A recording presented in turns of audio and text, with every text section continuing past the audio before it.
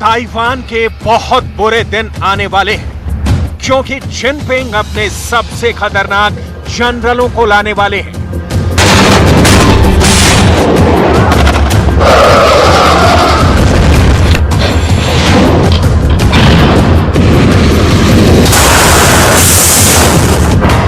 Taiwan से संभावित युद्ध से ठीक पहले आखिर क्यों जिनपिंग अपने बड़े बड़े जनरलों को बाहर का रास्ता दिखाने वाले हैं? मैं इस वक्त ताइवान की राजधानी ताइपे में मौजूद हूं। ताइवान की जनता का पूरा ध्यान इस वक्त चीन सरकार के हर कदम पर है और चीन की शी जिनपिंग सरकार पूरा फोकस कर रही है अपनी सेना पर। यहां तक की जानकारी तो ये आ रही है कि बहुत सारे जनरलों को बाहर का रास्ता दिखाने की तैयारी हो गई है। साथ ही रक्षा मंत्री की कुर्सी पर भी खतरा मंडरा रहा है।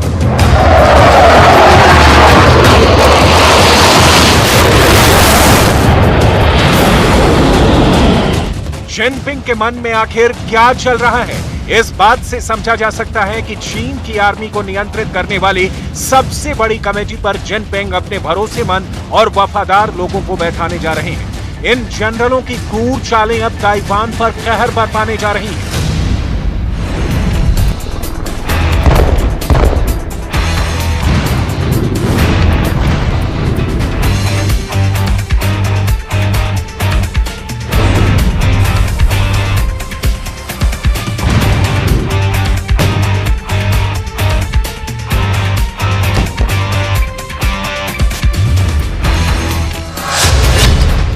चीन के रक्षा मंत्री की कुर्सी पर तो शी जिनपिंग की तलवार लटक ही रही है। इसके अलावा भी ताइवान स्ट्रेट को लेकर चीन की जबरदस्त प्लानिंग सामने आ रही है।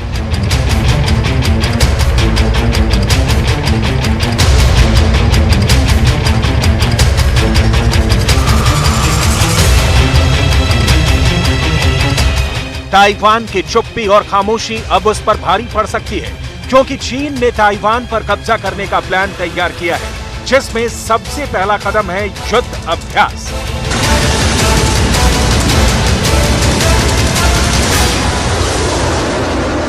ड्रैगन क्यों बिना रोके ड्रिल कर रहा है, इसका पूरा खुलासा हम करने वाले हैं।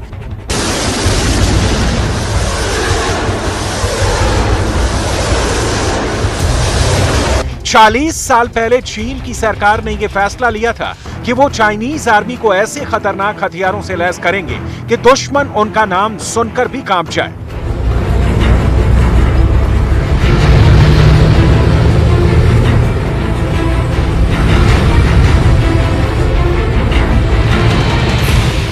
इस फैसले के बाद चीन की आर्मी पर अरबों डॉलर खर्च किए गए, लेकिन अब चीन की आर्मी की सबसे कठिन परीक्षा ताइवान लेने जा रहा है।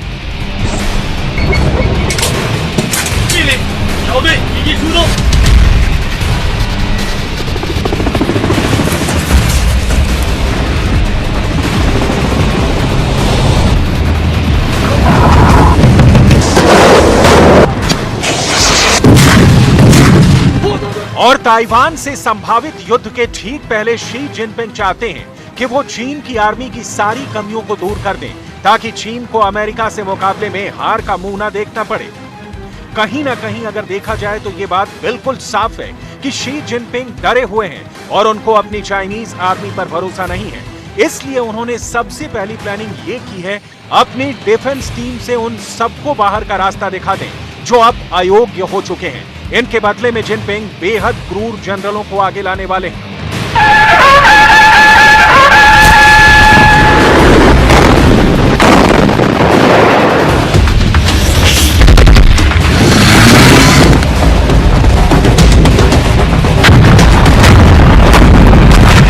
दरअसल चीन की आर्मी पर बहुत बड़ा बोझ अमेरिका ने डाल दिया है। एक तरफ भारत की बेहद ताकतवर फौज के साथ हिमालय में चीन को संघर्ष करना पड़ रहा है और दूसरी तरफ उसे उइंगर मुसलमानों के विद्रोह को कुचलना पड़ रहा है।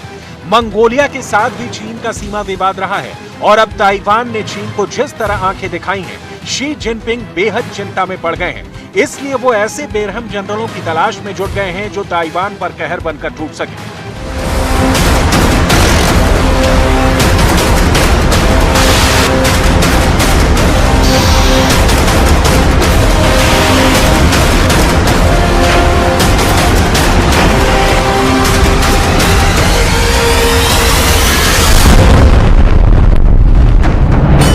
सबसे पहले तो समझने वाली बात यह है कि चीन के पास दुनिया की सबसे बड़ी आर्मी है। चीन के पास 21,85,000 सैनिक हैं। भारत के पास 14,55,000 सैनिक हैं। अमेरिका के पास 13,88,000 सैनिक हैं। नॉर्थ कोरिया के पास 12,80,000 सैनिक हैं और रूस के पास करीब 10 लाख सैनिक हैं। अब दुनिया की सबसे बड़ी आर्मी पावर का पूरा कंट्रोल शी जिनपिंग के पास है और यही बात जिनपिंग को चीन ही नहीं बल्कि दुनिया का बेहद ताकतवर लीडर बना देती है। चीन की आर्मी को कंट्रोल करता है सेंट्रल मिलिट्री कमीशन। इसमें कुल 7 सदस्य हैं। टॉप पर हैं शी जिनपिंग जो कि सीएमसी के चेयरमैन हैं। इसके बाद vice chairman air force general Xu Qiliang और vice chairman general Zhang Youxia का नंबर है। फिर 4 सदस्य हैं general Wei Feng, general Li Zuocheng, admiral Miao Hua, general Zhang Sheng. चीन की मुश्किल यह है कि उसकी सेना के ज्यादातर जो सुप्रीम कमेटी के मेंबर्स हैं वो रिटायरमेंट की एज को पार कर गए हैं। ऐसे में ताइवान विवाद को लेकर शी जिनपिंग को ऐसा लगता है कि तेज तर्रार जनरल्स की जरूरत है। शी जिनपिंग के लिए सबसे बड़ी मुश्किल बन गए हैं वी फेंग जो कि चीन के रक्षा मंत्री भी हैं, लेकिन उनकी उम्र 68 साल की हो चुकी है। अब शी जिनपिंग वी फेंग को चीन की आर्मी की सुप्रीम कमेटी सीएमसी से बाहर कर देना चाहते हैं और रक्षा मंत्री के पद से भी हटाना चाहते हैं। इसलिए उन्होंने फेंग की उम्र को बड़ा मुद्दा माना है। खुद शी जिनपिंग की उम्र 69 साल है, लेकिन जिनपिंग एक तानाशाह है और वो जो नियम दूसरों पर लागू करते हैं वो कभी खुद पर लागू नहीं करते हैं। अपनी कुर्सी पर बने रहने के लिए और शी जिनपिंग को खुश करने के लिए चीन के रक्षा मंत्री वी फेंग ने एक बयान भी दिया था कि पीपल्स लिबरेशन आर्मी के पास राष्ट्रीय संप्रभुता और क्षेत्रीय अखंडता की रक्षा के लिए ताइवान की स्वतंत्रता के किसी भी प्रयास के खिलाफ लड़ने और कुचलने के अलावा कोई विकल्प नहीं होगा। लेकिन इन विस्फोटक बयानों से जिनपिंग ने अपना फैसला नहीं बदला है। शी जिनपिंग अब सीएमसी में किसी ऐसे जनरल को सीधे शामिल करने की योजना पर काम कर रहे हैं जिसने ताइवान और चीन के तनाव के दौरान चीन की आर्मी के युद्धाभ्यास का नेतृत्व किया हो।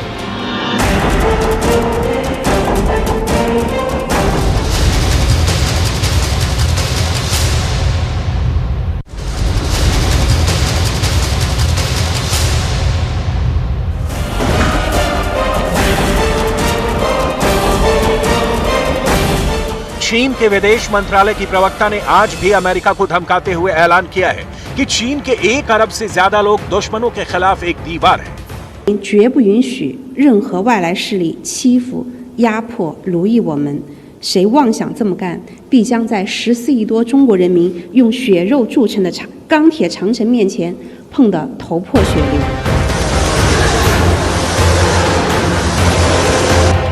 चीन सीधे खुद को अमेरिका से मुकाबले में रखता है, लेकिन अगर आंकड़ों पर गौर करें तो पूरी दुनिया में अमेरिका के 50 सैन्य अड्डे हैं, जबकि चीन के सिर्फ 4 सैन्य अड्डे हैं। यही बात बार बार शी जिनपिंग को काफी ज्यादा बेचैन और परेशान कर रही है। इस वक्त दुनिया में चीन के 4 सैन्य अड्डे हैं। जिबूती, तजाकिस्तान, हम्बनटोटा और कंबोडिया में भी चीन ने अपना सबसे नया सैन्य अड्डा बना लिया है। ठीक इसी तरह अब चीन पाकिस्तान में अपना 5वां सैन्य अड्डा बनाने की प्लानिंग कर रहा है। इसके अलावा चीन मेडागास्कर में भी अपना एक संभावित सैन्य अड्डा तैयार करना चाहता है, जिसके लिए ड्रैगन कूटनीतिक वार्ताएं शुरू कर रहा है।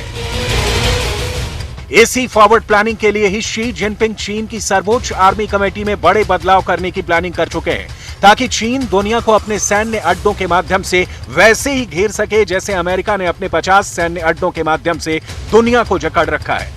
और इसी रास्ते पर अब चीन भी बढ़ चला है।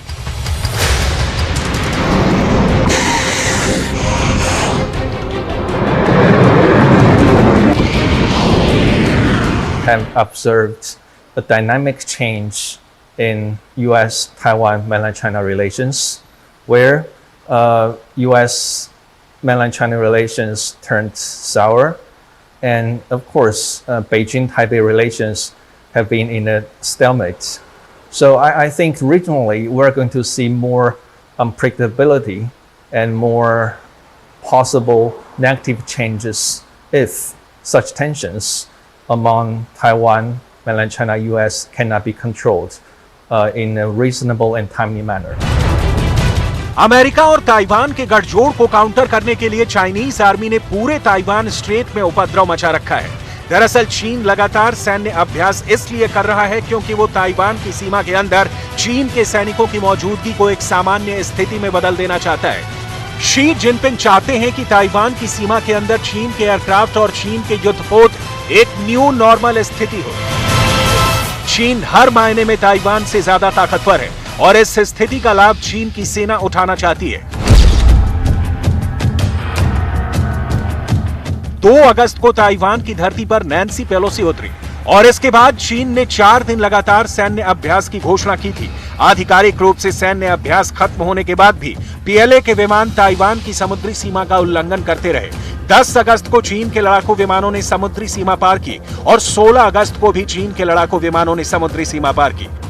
जबकि जुलाई के महीने में पीएलए के लड़ाकू विमानों ने सिर्फ एक बार ही ताइवान की समुद्री सीमा रेखा पार की थी।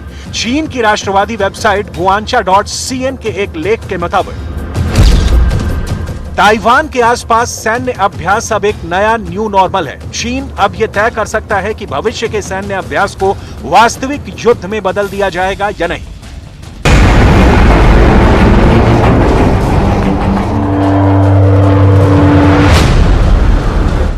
दरअसल चीन के लिए ताइवान अब अमेरिका को अपना गुस्सा दिखाने का एक माध्यम जैसा बन गया है और इस बात को ताइवान के एक्सपर्ट्स भी बहुत अच्छी तरह समझ पा रहे हैं। An old saying, when 2 big elephants fights, the ant on the grass suffers. So Taiwan is just like this small ant on the grass when the 2 big elephants are fighting. So I'm not saying that Taiwan should distance itself from both Washington and from Beijing, but Taiwan should play a smarter way, to trying to garner more supports.